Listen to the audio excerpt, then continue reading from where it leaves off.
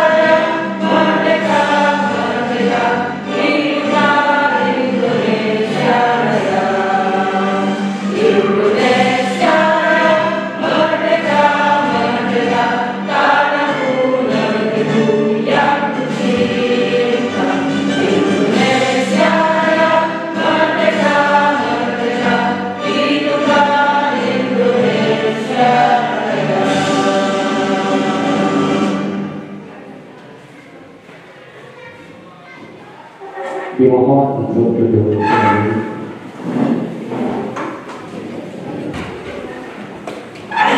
Cara selanjutnya yaitu pembukaan yang akan disampaikan oleh Bapak Kepala SMKN 1 Ambon. Assalamualaikum warahmatullahi wabarakatuh.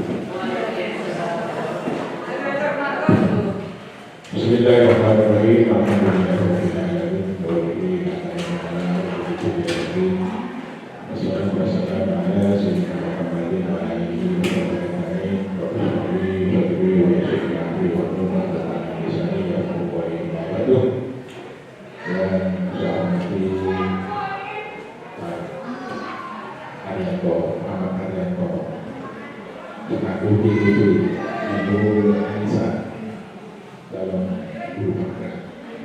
Bapak Ibu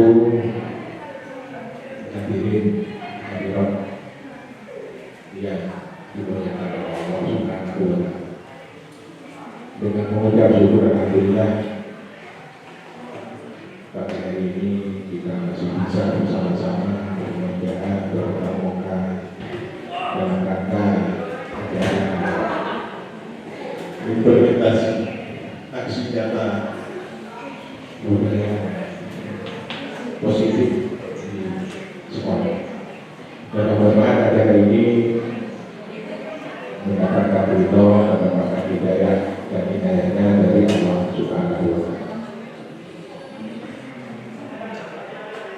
Ibu yang saya hormati, kemarin kami sudah dapat menambahkan sedikit yang sekarang sudah bikin lagi. Kemarin akan kita panas, akan bikin bersama itu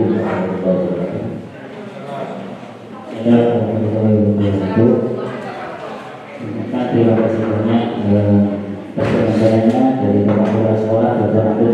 Abdul Aziz Maulid PD. Selanjutnya yaitu kita bersenang-senang, expressing. Ayo, gimana supaya semangat kebersamaan tetap ada di antara kita. Selanjutnya yaitu konsentrasi, karena konsentrasi bagian dari kita. Bapak Ibu Andani, ada Bapak Kepala Sekolah di sini. Eksekutif ini konsentrasi mungkin. Biarkan saya yang jadi pemandu di sini konsentrasi ya, karena di sini yang salah akan dapat konsekuensi, bukan hukuman ya Bapak Ibu, karena penerapan hukuman di sekolah itu sekarang sudah mulai disalahkan, hanya berupa konsekuensi saja, konsekuensi dari apa kejadian atau kegiatan yang kita lakukan seperti itu. Sudah siap semuanya? Konsentrasi semuanya, tangan di atas, goyangkan, goyangkan berat.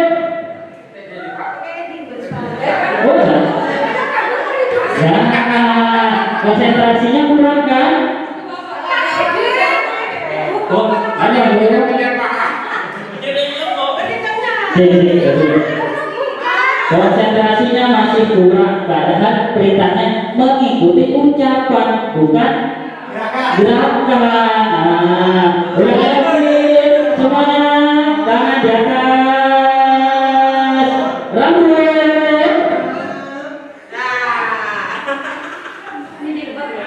Oh ya, sama lah. Jalan, bunda. Ya, konsentrasinya rambut. Oh, konsentrasi. Pak Wakil yang lambat.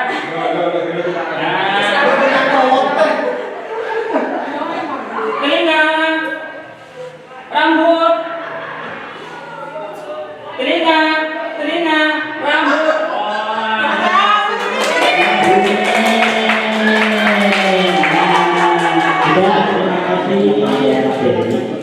Yang pertama yang akan disampaikan oleh saya sendiri yaitu penyampaian ini konsep inti dari budaya positif. Apa sih konsep inti dari budaya positif tersebut? Yang pertama di situ ada perubahan paradigma belajar. Yang kedua disiplin positif. Ketiga kebutuhan dasar manusia itu apa? Yang keempat restitusi posisi kontrol guru. Posisi kontrol kita dalam menghadapi siswa itu ada di posisi mana? Yang kelima keyakinan kelas. Yang keenam ada segitiga restitusi. Nanti dari konsep inti budaya positif ini dibagi 1, 2, 3 nanti saya menyampaikan, 4, 5, 6 nanti akan disampaikan oleh Bu Anissa. Lanjut Bu. Yang pertama perubahan paradigma baru. Dalam membangun budaya positif, sekolah dapat menyediakan lingkungan yang positif, aman dan nyaman agar siswa mampu berpikir, bertindak dan mencipta dengan merdeka, mandiri dan bertanggung jawab. Juga disiplin sangat berkaitan dengan kontrol guru terhadap siswa.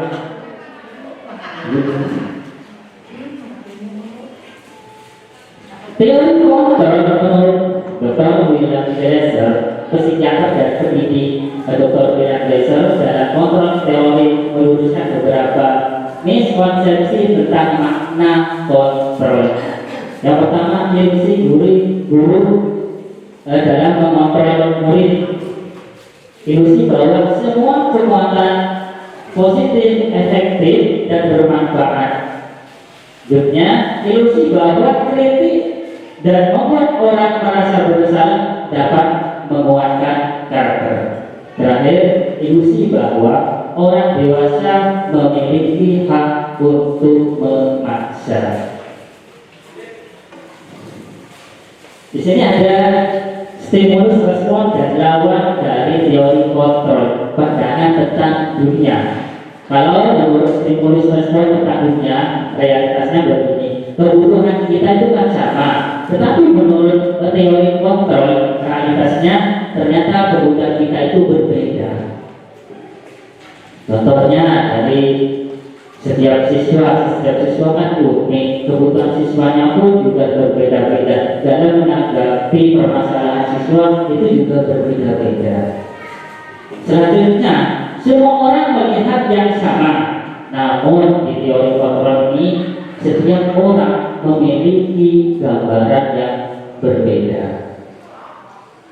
Lanjut, kita mencoba mengubah orang agar berpandangan sama dengan kita. Namun di teori kontrol kita berusaha kami memahami pandangan orang lain tentang dunia. Selanjutnya, perilaku buruk dilihat sebagai suatu kesalahan. Namun di teori kontrol ini semua perilaku memiliki tujuan dan maksud tertentu dari masing-masing siswa.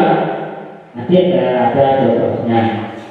Orang lain bisa mengontrol saya, namun di teori kontrol hanya Anda yang bisa mengontrol diri Anda. Saya bisa mengontrol orang lain, tapi di teori kontrol Anda tidak bisa mengontrol orang lain. Lanjut Bu, lanjut saja. Apa disiplin positif itu? Tadi yang kedua, disiplin adalah kemampuan memerintah diri sendiri dalam mengontrol dan menguasai diri untuk memilih tindakan yang mengacu pada nilai-nilai yang kita hargai dengan penuh tanggung jawab tanpa diperintah oleh orang lain. Nilai-nilai yang kita hargai adalah nilai kebajikan, sifat positif manusia yang merupakan tujuan mulia yang ingin dicapai oleh setiap individu, yaitu nilai-nilai dalam profil Pancasila. Yang ketiga, kebutuhan dasar manusia. Seluruh tindakan manusia memiliki tujuan tertentu. Semua yang kita lakukan adalah usaha terbaik kita untuk mendapatkan apa yang kita inginkan.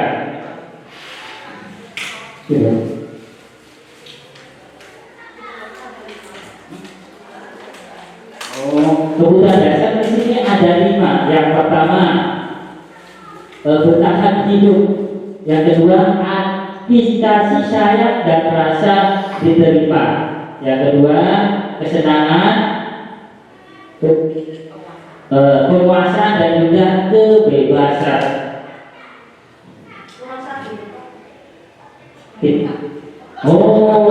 Itu tadi kebutuhan itu. Contoh kasus di sini, Ibu Akbar, guru dari kelas 2A di SD Pelita Hati, sedang bingung menghadapi ulas salah satu murid di kelasnya, yaitu atas nama Doni. Beberapa anak di kelas 2A telah datang padanya dan mengeluhkan Doni yang seringkali meminta bekal makan siang mereka dengan paksa.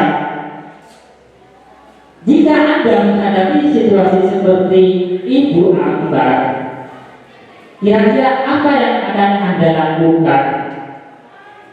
Menurut Anda, kira-kira apa alasan Doni melakukan hal tersebut? Mungkin ada yang bisa membantu memberi jawaban atas contoh kasus ini.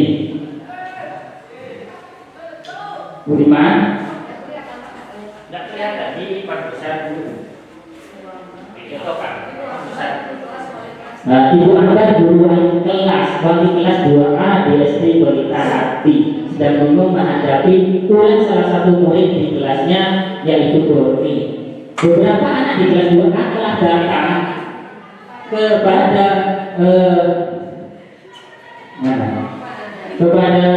Ibu Angga.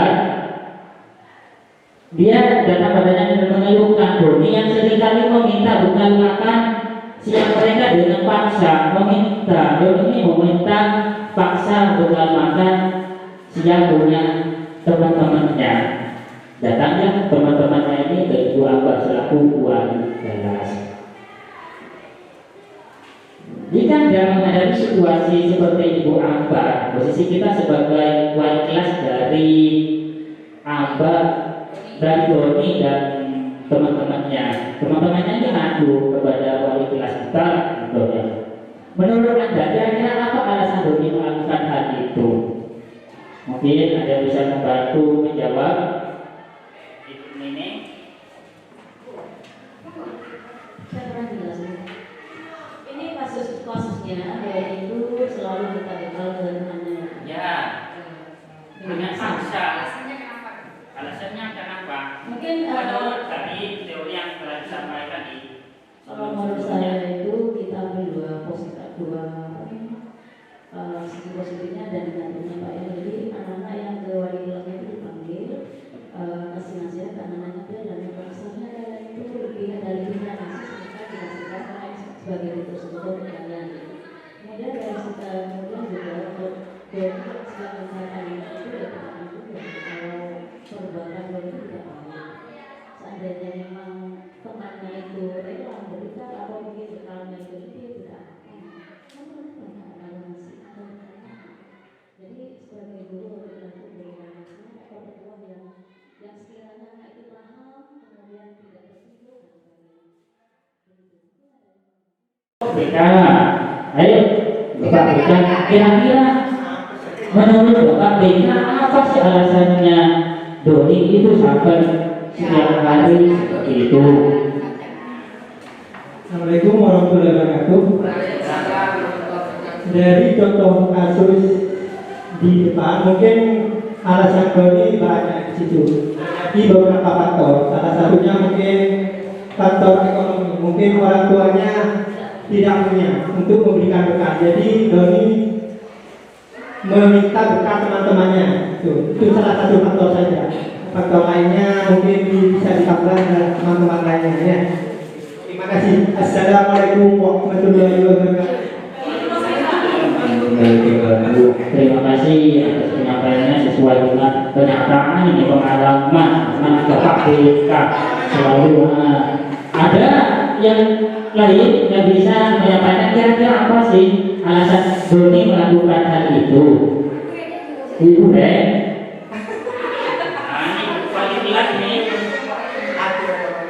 Siswanya ngaku. Alasan Doni melakukan itu, kira-kira alasannya Doni dan kira-kira dari apakah memang akan kalau kita tidak tahu Kalau dari saya mungkin Doni itu butuh kasih sayang. Jadi Doni itu hampir punya temannya, dia pengen diperhatikan sama teman-temannya yang lain gitu. salah satunya itu Tadi kan kedua dasar manusia itu ada sayang itu. kalau kita kaitkan di kebutuhan dasar manusia, coba balik saya tadi. Ini kebutuhan dasar manusia. Seluruh dasar manusia memiliki tujuan tertentu.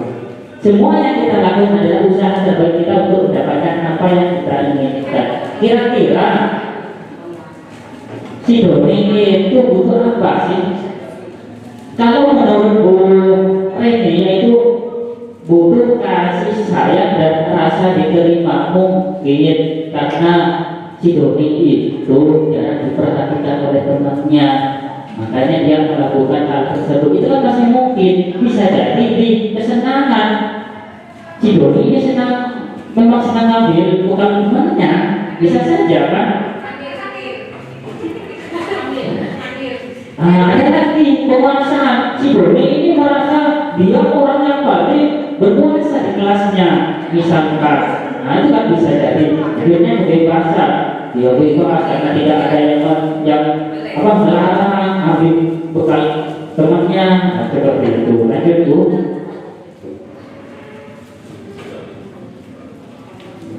Nih, dalam rangka penanaman budaya positif, Ibu Ambar sebaiknya mencari tahu alasan Doni melakukan tindakan tersebut agar mengetahui kebutuhan mana yang berusaha Doni penuhi. Kalau simpelnya Doni lapar dan orang tuanya tidak memberikan bekal makan siang untuk ini kan bisa jadi salah satu alasan. Ada lagi cinta dan kasih sayang. Doni ini temannya perhatian terhadap Doni. Penguasa Doni merasa hebat karena temannya merasa takut dan memenuhi keinginannya, sehingga Doni memenuhi keinginannya. Lanjut. Selanjutnya, keempat, kebebasan. Doni merasa bosan dengan bekal yang dibawakan oleh orang tuanya, sehingga Doni mencicipi, mencoba bekal temannya tanpa permisi. Itu bisa jadi salah satu faktor kesenangan, karena memang Doni hanya iseng dan merasa senang melihat ekspresi temannya yang kesal. Wah, bikin tanya lah si Doni kayak dulu kayak apa? Kayak Pak Sari. Kayak lanjut. Restitusi posisi kontrol nanti akan disampaikan oleh rekan saya karena sifatnya kita ini kolaborasi. Karena kebetulan di SMA 1 Obat ini ada 2 tim PD, makanya kita kolaborasi dalam penyampaian materi ini. Siap.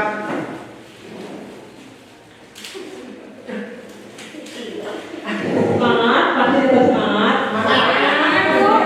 Jawab monggo silakan sambil lalu dikonsumsi, jangan yang ala kadarnya. Sebelumnya terima kasih kepada teman-teman sudah meluangkan waktu, tenaga, pikiran untuk bergabung memeriahkan acara kami, yaitu aksi nyata mobilisasi Unpad. Oke, next, sekarang pembahasan yang tepat tentang restitusi posisi kontrol guru.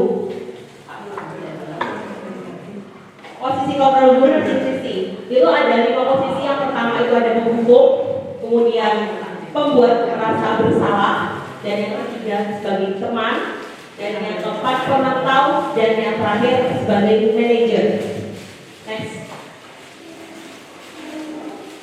Di sini ada posisi kontrol seorang guru. Ada sebuah diagram bagian ya. Di situ ada identitas gagal, ada identitas keberhasilan, kemudian ada identitas benar kata saya. Kemudian ada motivasi guru, intinya seperti kita selalu sebagai penghukum itu seperti apa yang harus dilakukan sebagai guru, terus kemudian rasa bersalah dan guru sebagai teman, kemudian ada sebagai pemantau, ada manajer apa saja. Oke, langsung cepat. Di sini ada video, mungkin bisa dilihat bersama. Ini adalah posisi sebagai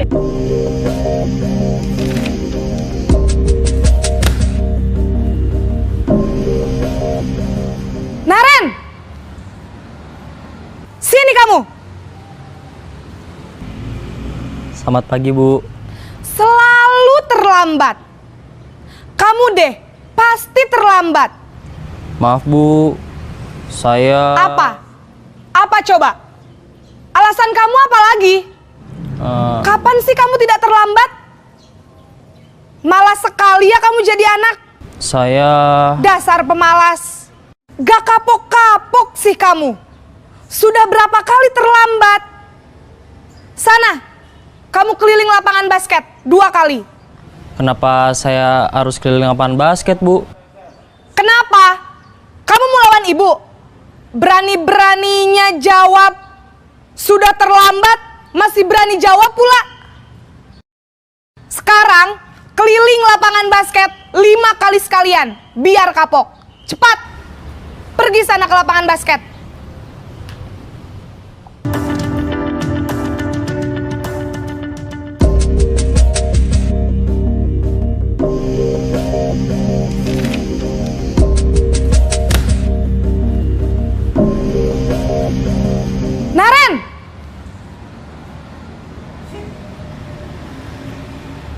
Selamat pagi, Bu.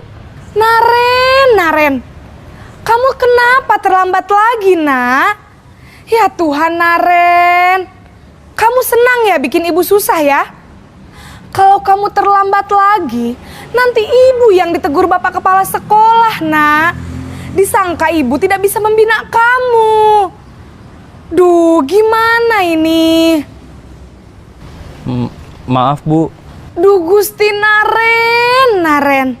Kamu suka ya kalau ibu ditegur bapak kepala sekolah? Terus, sekarang ibu harus tulis apa ini di buku absen?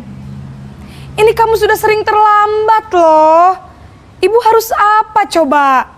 Maaf, Bu. Maaf sekali. Ya sudah, lain kali jangan bikin ibu susah lagi ya, Nak ya.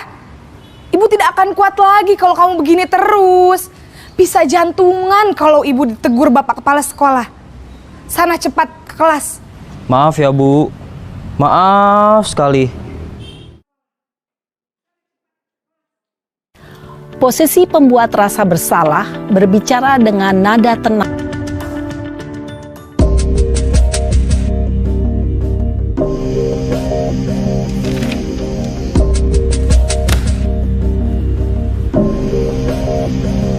Naren!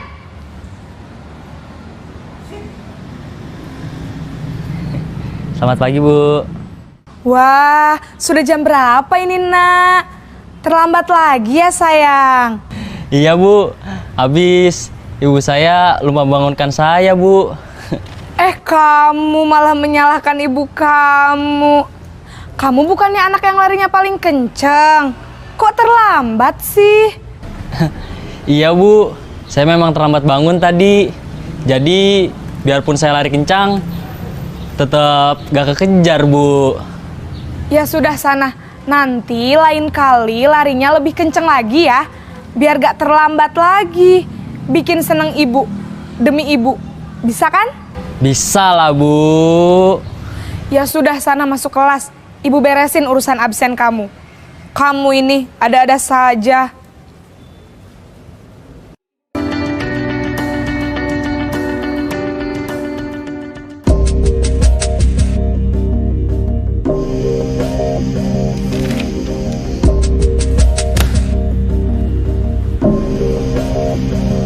Naren!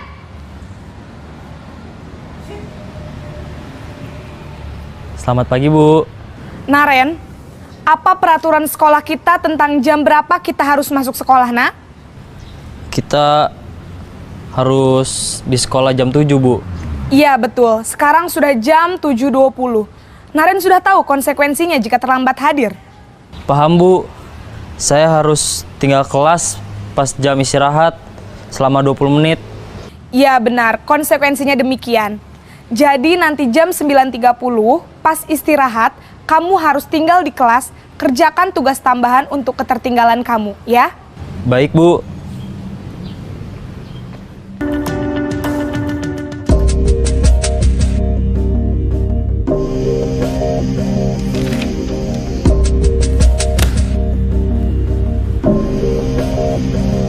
Naren!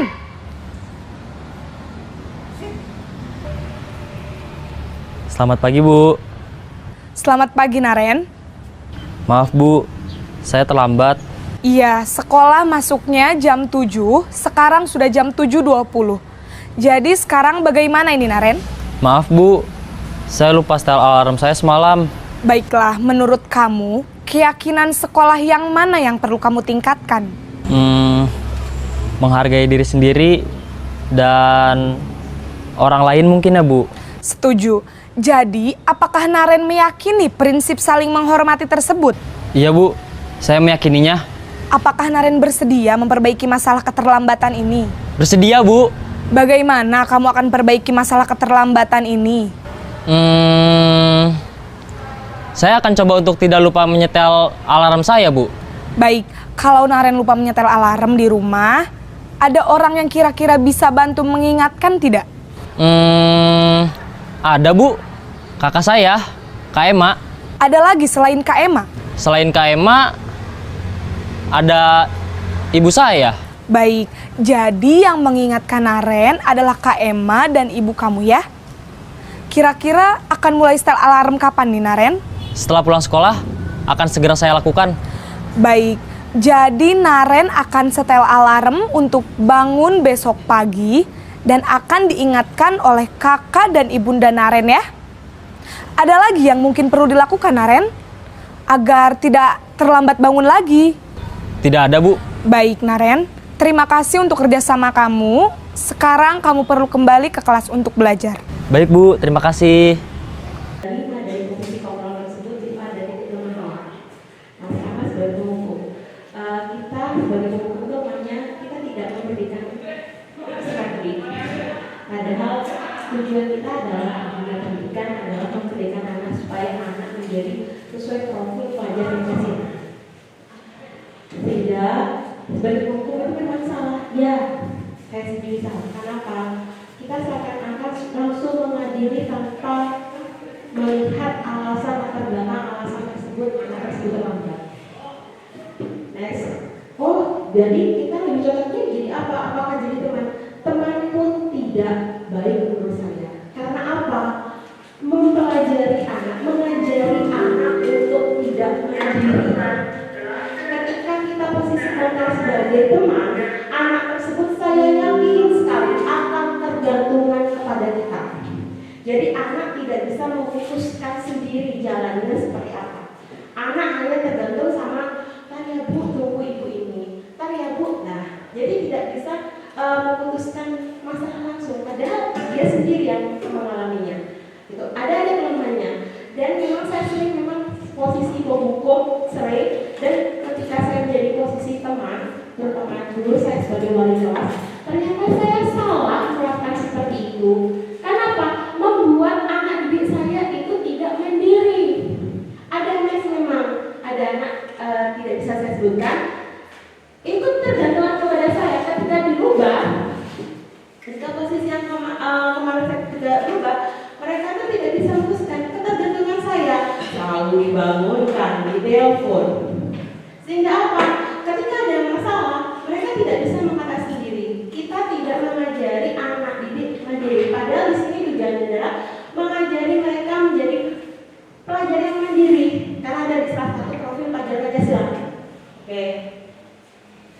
Jadi yang paling tepat apa?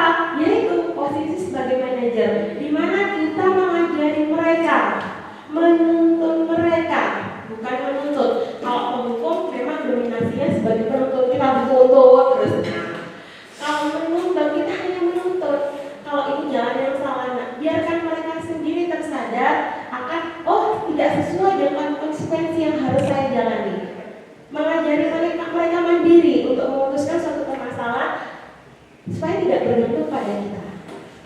Maaf ya Bapak Ibu, bukan saya menggurui, karena ternyata yang saya lakukan sekarang ini memang salah, benar. Di sini ada saudara saya Ibu Dede, memang saya ternyata ini dia ngomong, dia anak-anak, kadang dia marah. Maksudnya mereka ngajari mereka mandiri, kalau saya dengan kasar, itu salah. Ketika jadi teman, anak malah melunjak. Jadi mereka tidak punya jadi diri sendiri. Padahal di sini kita harus mempelajari mereka menjadi siswa yang mandiri. Oke, next Pak. Oke, setelah kita belajar posisi kontrol, kita langsung ke keyakinan kelas. Di sini tujuannya saya kenapa menggait para wali kelas. Kita mulai awal itu budaya positif dari kelas. Karena dari kelas kita terbiasa menjadi menanamkan budaya positif, insya Allah sekolah ini lambat laun pasti akan menerapkan budaya positif tersebut. Apa sih keyakinan kelas itu adalah nilai kebajikan atau prinsip-prinsip universal yang disepakati bersama secara universal, lepas dari perbedaan agama, suku, negara, dan bahasa. Menurut dosen